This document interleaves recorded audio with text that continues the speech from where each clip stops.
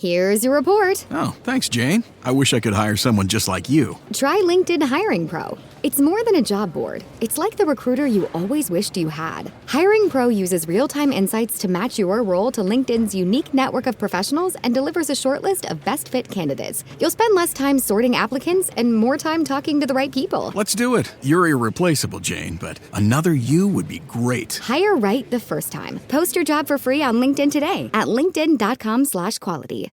This message is brought to you by Apple Card. Shave ice by the beach. A trip to the state fair. And a throwback flick at the local drive-in. They're more than just items to check off the summer bucket list. They're also opportunities to earn 2% daily cash back when you use your Apple Card with Apple Pay. Apply for Apple Card now and use in-minutes with Apple Pay. Subject to credit approval. Apple Card is issued by Goldman Sachs Bank USA, Salt Lake City branch. Terms and more at applecard.com. Salut à toutes, salut à tous. À la dernière étape, la conclusion de ce René Oui Tour. Avec encore une fois une étape relativement plate qui devrait correspondre à tous les sprinteurs qui sont présents. Pour l'instant, il y en a eu 2 pour Philipsen, 1 pour Milan. Olaf Koy battu à chaque fois d'un rien. Est-ce qu'il aura sa revanche aujourd'hui? Et puis les autres, ils étaient quand même en deuxième rideau. Même Tim Merlier, pour l'instant, n'a jamais été proche de la victoire. William Guillermey, Samuel Watson, Dylan Groenewegen se sont toujours un petit peu ratés. Sam Bennett, Pavel Bittner, Arvid de Clyde. Va falloir faire mieux aujourd'hui sur les 183 km de cette étape autour de Louvain, avec plein de petites ascensions, plus de 20. Mais alors à chaque fois, c'est très très court et très peu pentu. Donc ça devrait encore une fois pas mettre les sprinteurs en difficulté. Même si on approche des 2000 mètres de dénivelé, il n'y a aucune ascension qui fait vraiment plus d'1 kilomètre. Et à chaque fois, c'est en dessous de 5%. Donc pour Philipsen, l'actuel leader de ce classement avec 4 petites secondes d'avance sur Jenno Bergmoes. Le but, c'est d'arriver au sprint et de s'imposer. De toute façon, ce n'est pas Bergmoes qui pourra battre Philipsen au sprint. Pour Jenno Bergmoes, l'objectif, ça sera peut-être d'aller prendre des secondes au green kilomètre. Ces 3 sprints où il y a 3 secondes à prendre à chaque fois qui s'enchaînent, ça sera 22 km avant l'arrivée. Et puis bien sûr, il y aura des échappés qui vont tenter de partir, tenter une nouvelle fois de résister aux sprinteurs. C'est pas passé loin à chaque fois. Hier, Søren Kragh Andersen a été repris à 800 mètres de la ligne. C'était aussi le cas lors de la première étape. Est-ce qu'ils arriveront à tenir 1 kilomètre de plus aujourd'hui, les échappés, pour créer la surprise? Ce serait vraiment une surprise si ça allait au bout pour des échappés. On va voir ça, c'est parti. Chute de Beloki, juste devant Armstrong qui est parti dans le terrain. Et attaque de Pierre Rolland. Voilà ce que nous disons depuis le début de ce Tour de France. Une chute terrible. Christopher Froome à pied. Mais quelle image du Tour. On n'a jamais vu ça. 100% cyclisme, le podcast du vélo en direct. Ça va Marion? Désolé. On est parti, le kilomètre 0, avec un peloton qui a perdu 2 coureurs importants, 2 sprinteurs. Lukáš Kubíš, qui est plutôt quand même le lanceur de Dylan Groenewegen, mais aussi Arnaud Delis, le tenant du titre quand même de ce René Oui Tour. Il ne sera pas là aujourd'hui pour aider son équipier Jenno Bergmoes à tenter de doubler Jasper Philipsen au classement général. Allez, on a déjà des attaques là, avec un duo de coureurs qui, dès le kilomètre 0, est parti là. On retrouve qu'il y a Robert Stannard pour la Bahrain victorieuse et Frédéric Frison pour la Pinarello Q36.5. Ces 2 coureurs là qui se sont échappés dès le kilomètre 0. Le peloton qui pour l'instant ne les poursuit pas. Allez, on a coureur de la Team Flandre Baloise. Voilà, il ne faut pas rater le coup parce que ça pourrait partir direct là. Ferré Gerhardt qui tente de partir en compte de les rattraper. Mais attention, ils sont déjà pris quelques centaines de mètres d'avance. Et Ferré Gerhardt finalement qui n'insiste pas. Il a compris qu'à lui tout seul, il ne pourrait pas rattraper les 2 de devant qui roulent très fort. Et finalement, il attend, il retourne dans le peloton. La team Le Flandre Baloise, encore une fois, qui rate le coche parce que là, les 2 coureurs qui sont partis, ça pourrait être l'échappée du jour. Frédéric Frison et Robert Stannard, ils ont déjà la minute d'avance. Le peloton est bien content de n'avoir que 2 coureurs à gérer à l'avant. Ça s'est fait très rapidement aujourd'hui, l'échappée. Et on va voir jusqu'à où ils vont pouvoir crever alors que l'Alpecin Première Tech, l'équipe du leader, Jasper Philipsen, est déjà aux avant-postes du peloton alors qu'on est parti depuis une quinzaine de kilomètres. Course extrêmement tranquille pour l'instant. On est parti depuis à peu près 50 km. Et l'écart qui a augmenté désormais. Plus de 4 minutes pour Robert Stannard et Frédéric Frison. Alors ils ne sont pas dangereux au classement général. Le mieux placé c'est Robert Stannard. Mais il a 6 minutes et 12 secondes de retard sur Jasper Philipsen. Donc on s'en inquiète pas trop. Ils ne sont que 2 à l'avant. Et le peloton qui gère cet écart. Qui le maintient désormais à peu près autour de 4 minutes. On a des coureurs là qui veulent un petit peu réveiller la course, dynamiter le peloton ou en tout cas simplement sortir, faire une échappée secondaire. Mais alors, on est quand même loin, très loin des hommes de tête. Il y a toujours à peu près 4 minutes d'avance.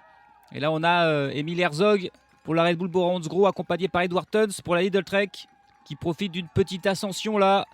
Le Kaisersberg, alors c'est seulement 300 mètres, mais c'est quand même à 6,8% de moyenne.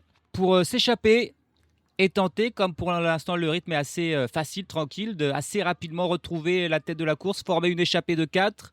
Mais bon, ça va leur demander quand même un bel effort.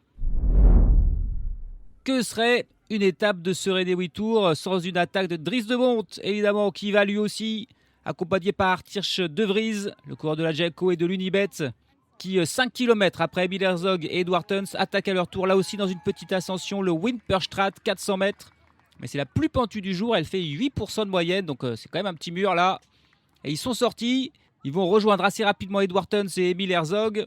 Par contre là, le peloton qui ne rigole plus du tout et qui s'est mis en mode poursuite de ces 4 coureurs. 2 coureurs à l'avant, ils veulent bien. Mais si jamais ça rentrait devant et qu'ils étaient 6, là, ça n'irait plus du tout. Et l'écart qui est déjà en train de diminuer entre le peloton et les 2 hommes à l'avant qui, eux, ils n'ont rien demandé. Ils étaient 2, ils étaient contents. Mais ces coureurs-là qui tentent de les rejoindre, ça ramène un petit peu, petit à petit, le peloton sur eux. Bon, il y a encore quand même plus de 3 minutes d'avance. 110 km de l'arrivée, on arrive au sprint intermédiaire, là, dans lequel Frédéric Frison va passer en tête devant Robert Stannard. Alors, il avait déjà pris des échappées, Frison, sur ce René Tour. Malgré tout, même s'il passe en tête des 2 sprints du jour, ça ne sera pas suffisant pour rattraper Lionel Tamigno dans ce classement, même si là, il prend 10 points. Plus, comme il a à peu près 4 minutes d'avance sur le peloton, 4 points en plus, ça fait 14 points pour Frédéric Frison. Ces 2 hommes ont 2 minutes d'avance sur le quatuor Edward Theuns, Emil Herzog, Dries de Bondt et Arthur De Vries. Et finalement, le peloton qui avait essayé de poursuivre un petit peu ces 4-là, puis ils ont là aussi fini par les laisser partir. Peloton qui a reculé, qui est de nouveau pointé à 4 minutes des hommes de tête et donc à 2 minutes du groupe de contre. Petit à petit, on pourrait bien avoir une échappée de 6 qui va se former à l'avant. Et là, elle va très certainement donner beaucoup de fil à retordre au peloton. Et d'ailleurs, Robert Stannard et Frédéric Frison, là, ils poussent pas trop désormais. Ils vont au final être bien contents de voir ces 4 coureurs revenir avec eux pour les aider et pour former une belle échappée de costauds. Le groupe de 4 qui a rejoint le groupe de 2. Et on a donc bien notre échappée de 6 coureurs désormais à l'avant avec Robert Stannard et Frédéric Frison qui ont vu Edward Theuns, Emil Herzog, Dries de Bondt et Arthur De Vries revenir sur eux. On est à 65 km de l'arrivée désormais. Et ces 6 coureurs de 6 équipes différentes qui ont 2 minutes et 40 secondes d'avance sur le peloton. Ça va vraiment être intéressant de voir jusqu'à quand cette échappée peut résister. Parce qu'encore une fois, les petites routes étroites, les petites montées, les petites descentes, ça favorise plutôt une petite échappée qu'un peloton. Mais d'un côté, le peloton, Jasper Philipsen, oui, il veut la victoire d'étape, mais il se dit aussi que si l'échappée va au bout, sachant qu'il n'y a personne de dangereux au classement général, c'est Dries de Bondt au final le mieux classé à 5 minutes 55, il est sûr de remporter le général. Et du coup, c'est pas l'Alpecin qui va rouler, on voit plutôt la NSN de Biniam Girmay, la Decathlon d'Olaf Koy, mais aussi la Lotto. Alors, il n'y a plus Arnaud Delis, mais si Yeno Berkmos, il veut avoir une chance de remporter le classement général, va falloir qu'il prenne des secondes, probablement lors du Green Kilomètre. Et c'est pour ça que cette équipe aussi roule et pas l'équipe du leader Jasper Philipsen. 45 km de l'arrivée, les 6 hommes de tête qui ont désormais moins de 2 minutes d'avance. Ça y est, le peloton qui vraiment roule fort. On a aussi la Team Emirates qui se met à rouler dans ce peloton. Mais ils ont encore un petit peu de marge. On peut faire un focus sur l'un d'entre eux. Alors, il n'y a pas beaucoup de coureurs qui ont gagné des courses. Bon, Dries de Bondt, je le fais une fois toutes les 2 semaines. On sait, il a gagné 7 courses dans sa carrière, dont une sur le Giro. Par contre, Robert Stannard, Emil Herzog et Frédéric Frison n'ont jamais gagné. Arthur De Vries compte une seule victoire. Edward Theuns, lui, a un bien plus beau palmarès. Normal, il est aussi un peu plus vieux. Il a 35 ans, il compte 10 victoires en carrière. Celui qui roule dans cette équipe américaine de la Lidl Trek depuis 2016, quand elle s'appelait encore la Trek Segafredo. C'est pas tout à fait exact, il a fait une saison en 2018 à la Sunweb, puis il est revenu à la Trek Segafredo et il y est resté ensuite jusqu'à aujourd'hui. Il avait par contre commencé sa carrière dans la Stodsport Vlaanderen baloise, celle qui est désormais la Team Flandre baloise, qui est invitée sur ce René Tour. 10 victoires en carrière donc pour le Belge Edward Theuns, dont 2 au niveau World Tour, une étape sur le Big Bang Tour L'ancien nom du René Tour, c'était en 2017. Et aussi une étape sur le Tour de Turquie en 2017, qui à l'époque était une course World Tour, ce qui n'est plus le cas désormais. Sa première victoire remonte à 2014, une classique belge, le Grand Prix Stade Zottegem. Sa dernière en 2025, là aussi, une classique belge, la Breden Coxierde Classic. Edward Theuns, c'est plutôt un sprinter. Là, s'il échappait à aller au bout, ça serait clairement lui le favori pour la victoire d'étape. Très expérimenté, 10 grands tours, donc 5 fois le Tour de France, 2 fois le Giro et 3 fois la Vuelta. Avec une deuxième place sur une étape de la Vuelta en 2019 comme meilleur résultat.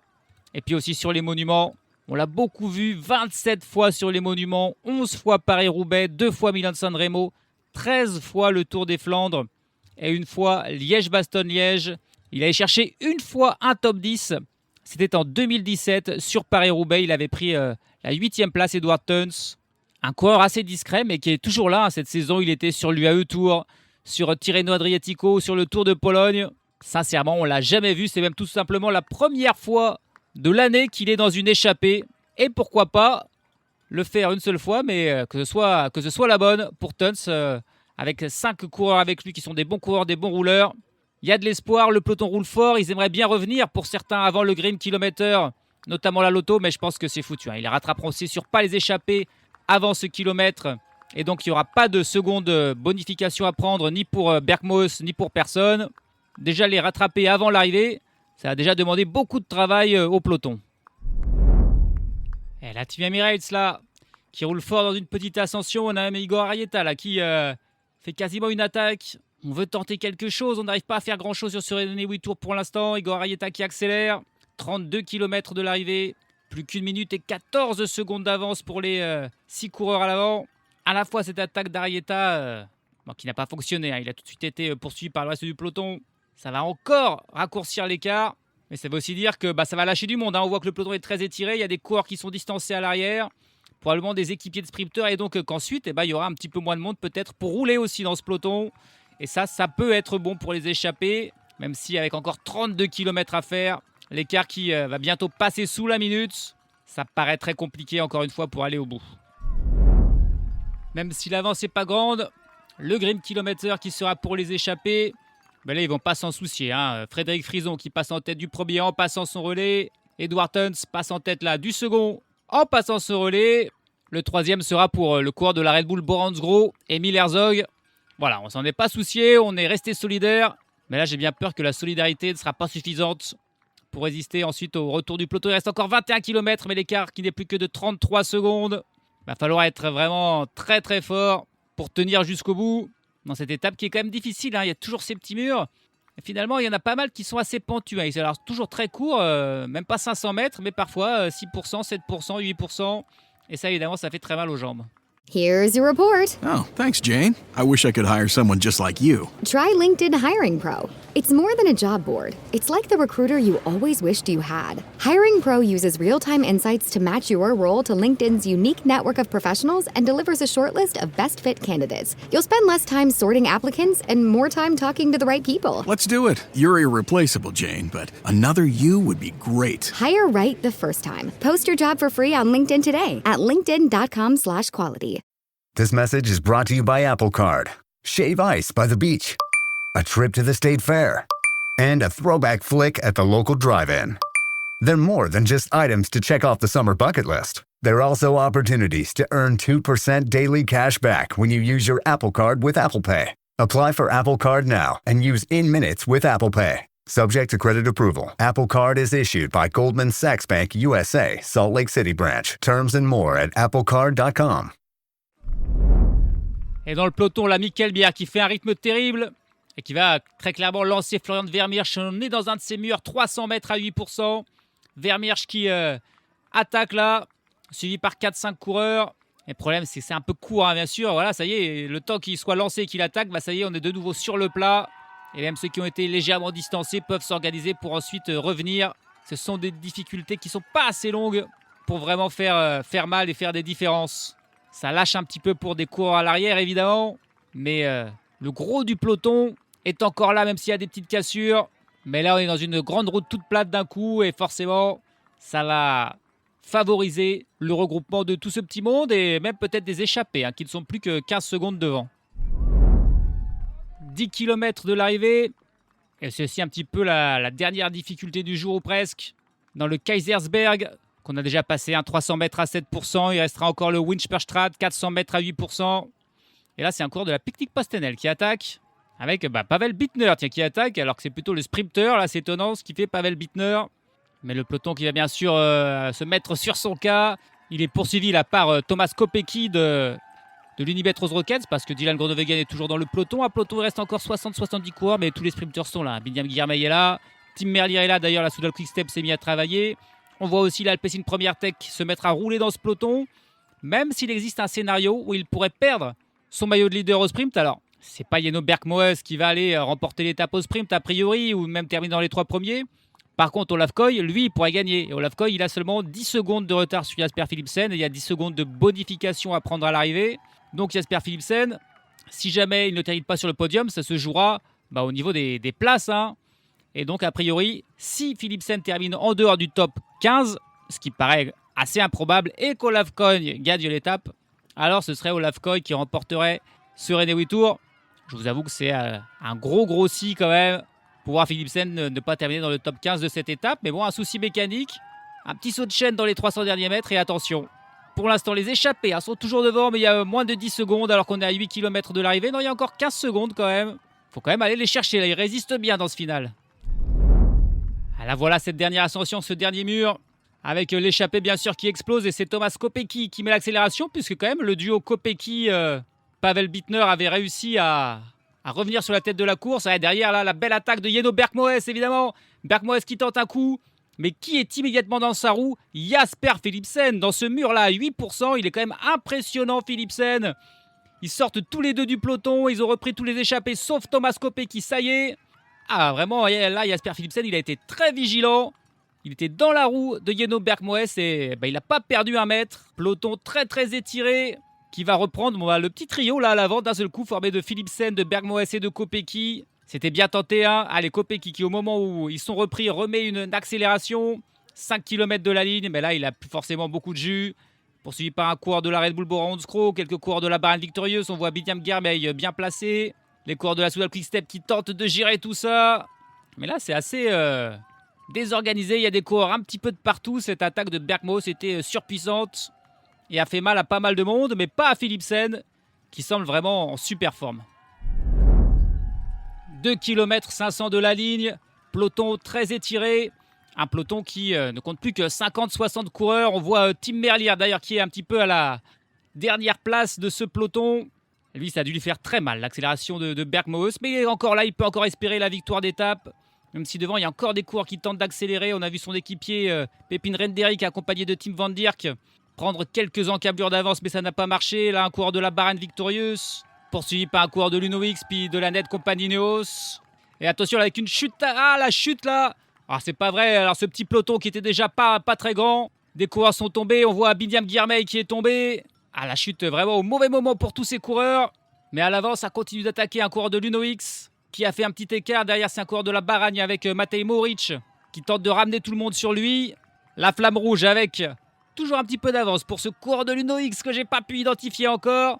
Derrière, le peloton, ce qu'il en reste, se met en position. On voit Mac Tennyson qui a un équipier, c'est à peu près le seul. Il a Matteo Trentin, je crois, dans sa roue. Jasper Philipsen toujours bien placé. Allez, il faut aller le rattraper, ce coureur de l'Uno X quand même, qui continue son effort. Heureusement que l'Astana est là pour lancer Mac Tennyson. Il y a Jasper Philipsen qui lance à son tour son effort. Matteo Trentin dans sa roue. Je vois pas de Tim Merlier. Philipsen qui va continuer son effort. Trentin dans sa roue, mais ça sera impossible. Ils ont rattrapé le coureur de l'Uno X juste à temps. Et Philipsen qui vient s'imposer. Je voyais plus d'Olaf Koy, plus de Tim Merlier. Cette chute dans le final aussi, encore un peu plus désorganisé le peloton. Il y en a qu'un qui est vigilant, qui est là dans tous les bons coups. C'est Jasper Philipsen qui, avec le maillot de leader, va venir remporter cette étape. Dommage l'effort là de Carl Frederick Bevort pour l'Uno X Mobility, qui a tenu jusqu'à 200 mètres de la ligne, mais ensuite, grâce au travail de l'équipier, d'abord de Mac Tennyson, et puis Jasper Philipsen, il a quand même dû attaquer de loin. Là, il a fait un sprint à quasiment 250 mètres. Il a dû partir, être en plein vent. Et le coureur de la Tudor qui était dans sa roue, à aucun moment il a pu le remonter. Mais il ne peut prendre que la deuxième place. C'est-à-dire pas Trentin, c'était Luca Mozzato. Allez, on revoit ce ralenti au moment où Mac Tennyson est lancé par Davide Ballerini. Jasper Philipsen qui doit partir de très loin avec Luca Mozzato dans sa roue. Ils avalent Carl-Fredrik Bevort. Mac Tennyson, lui, a réagi un peu trop tard une fois que Philipsen a lancé. Ne peut prendre que la troisième place. Et un peu plus loin, le reste du peloton. Avec un coureur, encore une fois, de la Lotto. Avec Jenno Bergnoes. Il a tenté de faire ce sprint, mais va terminer 5 ou 6e. Filippo Fiorelli aussi, là, pour la Visma qui était là, qui a fait un petit geste de rage en passant la ligne. C'est encore raté, mais ça sera une belle place d'honneur pour lui. Mais tous bien loin d'un coureur qui était absolument intouchable sur ce René Witt Tour. 3e victoire d'étape. Il n'a jamais fait une moins bonne position que 4e. C'était lors de la première étape. Assez logiquement, il vient remporter également le classement général. Ça ne lui arrive pas souvent dans sa carrière, évidemment, pour ce sprinter Jasper Philipsen, qui était venu pour les victoires d'étape sans vraiment penser au général. Mais finalement, il a fait coup double. Sur ses 68 victoires en carrière, il en compte 2 qui sont des classements généraux. Et les 2, il les a eus cette année, même cet été. Le classement général du Baloise Belgium Tour en juin dernier. Et donc désormais le classement général de ce René Witt Tour, auquel il ajoute en plus 3 victoires d'étape à Philipsen. 4e, 1er, 2e, 1er et 1er. Voilà, c'est le résultat dans les 5 étapes. Il était incroyable, imbattable. Et aujourd'hui, Olaf Koy n'était pas là pour lui disputer la victoire. C'était pas du tout serré. Il a fini avec plus d'un vélo d'avance sur donc Luca Mozzato qui a pris la 2e place. Mike Tennyson qui est en bonne forme, qui fait pas mal de bonnes places depuis quelques temps, qui termine 3e. Filippo Fiorelli pour la Visma 4e. Alessandro Borgo, encore une fois bien placé pour la Bahrain victorieuse, termine 5e devant Jenno Bergmoes. Vainqueur d'étape sur ce René Witt Tour, mais qui ne remportera pas le classement général. Marine Vandenberg, Carl-Fredrik Bevort qui a tenté le coup du kilomètre et ça a failli marcher, repris à 150 mètres de la ligne. Il avait encore suffisamment d'élan pour prendre la 8e place devant Kim Hajduk de la Net Company Neos et Tom Skeuns de la Lidl Trek. Et les autres vrais sprinteurs sont très loin. Dylan Groenewegen 12e. Tim Merlier, mais c'est pas possible, il était malade Tim Merlier, il fait seulement 16e aujourd'hui. Olaf Koy 30e, n'a même pas vraiment participé au sprint alors que Bidiam Girmay lui est tombé dans le final. Pavel Bittner aussi 37e, pas dans le coup. Arvid De Klein n'était plus dans le peloton. C'est pour ça que c'est Mozzato qui a fait le sprint. Il termine à 40 secondes. Alors que Samuel Watson, qui lui aussi a été pris dans cette chute avec Bidiam Girmay notamment, termine dernier du jour. Mais il sera classé dans le même temps que le vainqueur. Alors que Rob Gies, lui, termine avant-dernier. Mais il perd 10 minutes 55. Et puis on a eu pas mal d'abandons encore. Matteo Milan, le frère de Johnny Milan, lui aussi il a abandonné pour la Groupama FDJ. Luka Mesgeg pour la Jayco Alula. Gleb Syriza pour Astana, Tim Naberman pour la Picnic, Jonas Wittberg pour l'UNOX, David Formolo pour la Movistar, Nadav Reisberg pour la NSN et Michael Zaliab pour la Tudor se sont ajoutés à Arnaud Delis et Lukáš Kubis qui étaient non partants. Ça fait qu'ils ne sont que 109 coureurs à avoir finalement terminé ce René Witt Tour, remporté donc par Jasper Philipsen, avec un total final de 14 secondes d'avance sur Jenno Bergmoes et 20 sur Olaf Koy. En prenant la 3e place aujourd'hui, Mac Tennyson prend la 4e place du classement général devant Quintin Hermans. C'est le seul changement dans le top 10. Alex Segart, Soren Verejkold, Matteo Trentin, Robert Donaldson et Filippo Fiorelli sont tous dans le top 10 de ce classement général du René Witt Tour. Le 109e et dernier, c'est Dylan Corkery, l'Irlandais de la Picnic Postenel, qui bien que la course était essentiellement plate, termine quand même avec 38 minutes et 17 secondes de retard sur le vainqueur, un petit peu inattendu quand même, Jasper Philipsen, mais il était au-dessus du lot, rien à dire. Il remporte évidemment largement le classement par points. Il a 134 points, alors que son premier poursuivant, Olaf Koy, en a 72 et Mac Tennyson, le 3e, en a 46. Au classement de la combativité, Lionel Tamigno avait fait le travail. Et puis pas de changement non plus au classement du meilleur jeune, Pietro Matteo remporte ce classement avec 52 secondes d'avance sur Thibaut Gruel et 2,45 sur Alessandro Borgo. Mais bon, Pietro Matteo, il a fait que 23e au classement général, mais il a profité du fait qu'il y avait très peu de coureurs dans cette compétition, de jeunes coureurs de moins de 23 ans.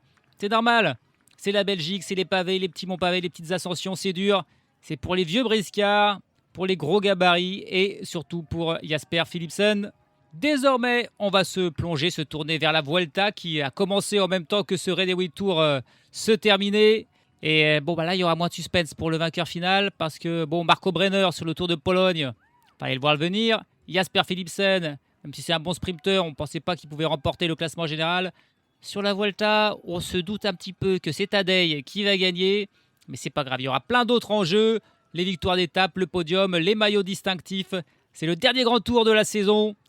Très montagneux comme d'habitude. La Vuelta à España, ça sera à suivre tout de suite sur 100% cyclisme. Parce que comme d'habitude, j'étais sur le coup. Même si les deux courses se sont un petit peu superposées, j'ai pu les commenter toutes les deux, pas de souci.